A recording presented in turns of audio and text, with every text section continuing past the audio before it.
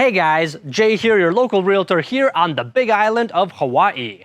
One question that often comes up when people decide to relocate to this wonderful and big island is, what does it take to take my pets with me to the island? And it's actually quite a bit of a process, so I decided to make a video of this and explain it to you step by step what you can expect. I'm gonna split this up into 5 phases because this is a multi-month process, and phase 1 starts as early as half a year before your estimated moving date. Phase 1 is to start microchipping all of your pets, and one important thing to remember here is that the microchip must be implanted before or on the exact same day as the qualifying rabies vaccinations. If a rabies vaccine was administered before the microchipping, under Hawaii law, it does not count and you have to start over. Then one other thing that you're going to want to do is ask your vet to scan these chips and make sure that the paperwork lines up with the numbers that they're getting. This can become a big problem down the road when you fly into Kona and they scan that microchip if every single digit is not lining up to the paperwork.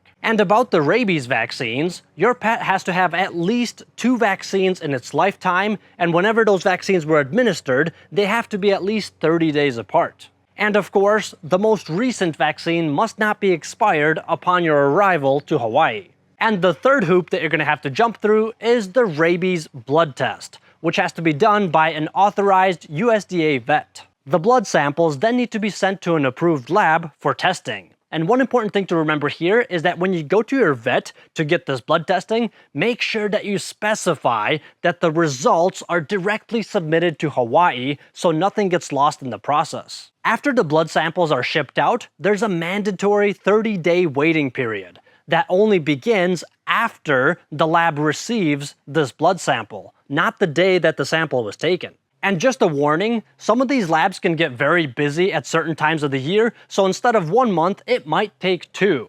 So for all of these reasons, the microchipping, the vaccines, and the blood testing, you want to start this whole process way ahead of time, preferably 6 or 7 months before you move. By the way guys, all the information that I'm sharing with you can be found in the video description, along with the websites that you can go to find more information. Because some of the information that I'm sharing, the deadlines and the dates and the procedures, are subject to change depending on what new laws and regulations come out. And also, it is starting to rain, so I will see you in a little bit.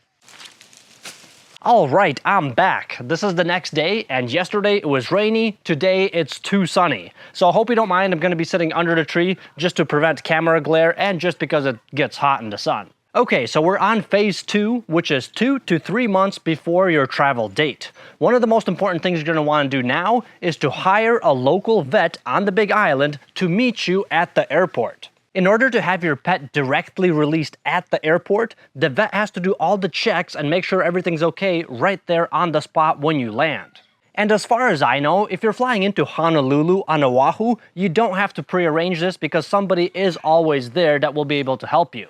But if you're going to any of the other islands, you're going to need to have a vet that you hire ahead of time that will meet you there. In order for your pet not to have to go through quarantine, you do have to go through this direct release process, which is a fee of $185. I call it the "please do not lock up my pet" tax. And there is one more thing you're going to need to do in phase 2 if you're flying into Kona on the Big Island. And that is to obtain a neighborhood island inspection permit. You are going to have that before you fly in. And about 2 months before your travel date, you're going to want to start looking at airline tickets and figuring out how you're going to transport your pets. If you have larger dogs, this will be a little bit more difficult to figure out. If you have smaller dogs that are under 20 pounds, you should be able to just put them under the seat in front of you. Most major airlines only allow you to take your pet with you on the plane if they are 20 pounds or less. But there are a few more things that you want to pay attention to. Standard airlines enforce a 1 carrier per passenger rule. This means that if you're traveling with 2 pets, you must have 2 human passengers in order to take both pets. And to top it off, airlines strictly limit total in-cabin pets per flight, which means that most airlines will only allow a maximum of 4 pets on the airplane at one time. That's why you want to book in advance. But if your dog is larger than 20 pounds and you want to take it on the plane with you, your only option is to have them fly in the cargo section, which can be pretty stressful for the dogs, but most of them can handle it just fine. But if you feel like your dog can't handle that, Your only other options would be a private jet, of course, and the other one would be a shared pet charter flight, which is basically a bunch of pet owners sharing a charter flight to fly their pets. But being that there's not a lot of flights like this going to Hawaii, if this is an option you want to do when you're flying to Big Island, make sure that you definitely look into this far in advance. And moving on to phase 3, which is 30 to 10 days before travel, phase 3 is just making sure that you have all your paperwork in order.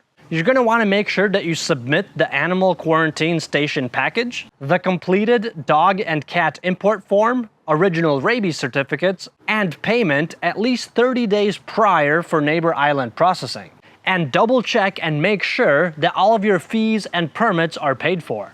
And once you receive your neighbor island inspection permit, you're going to want to print a hard copy of it. In fact, you're going to want to print all the documents and have them in paper form in a folder with you wherever you're going. And moving on to phase 4, which is 2 weeks before your flight. In phase 4, you're going to want to finalize all your medical clearances. This part is very important because if you mess it up, your pet could get quarantined for 1 month on Oahu, and it's going to cost you over $1,000. What the state of Hawaii requires is that 14 days or less, preferably 10 days or less, your pet gets an exam, a health certificate, and tick treatment before you fly into the island.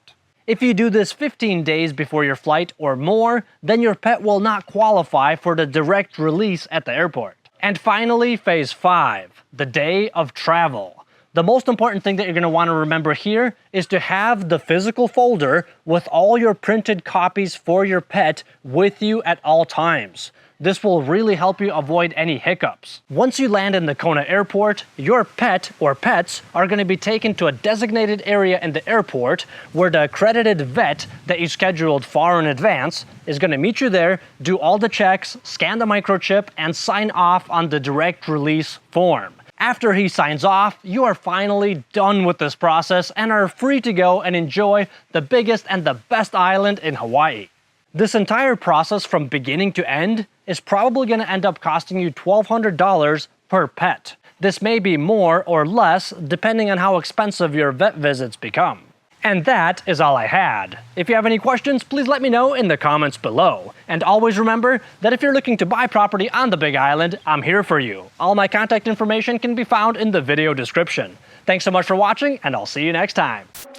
And if you made it all the way to the end of the video, let me tell you a little story. A client of mine asked me if they can sneak their Chihuahua into Kona in their carry-on luggage. I said absolutely, but only if you want to buy a $1,000 timeshare to the Halawa Valley Quarantine Station.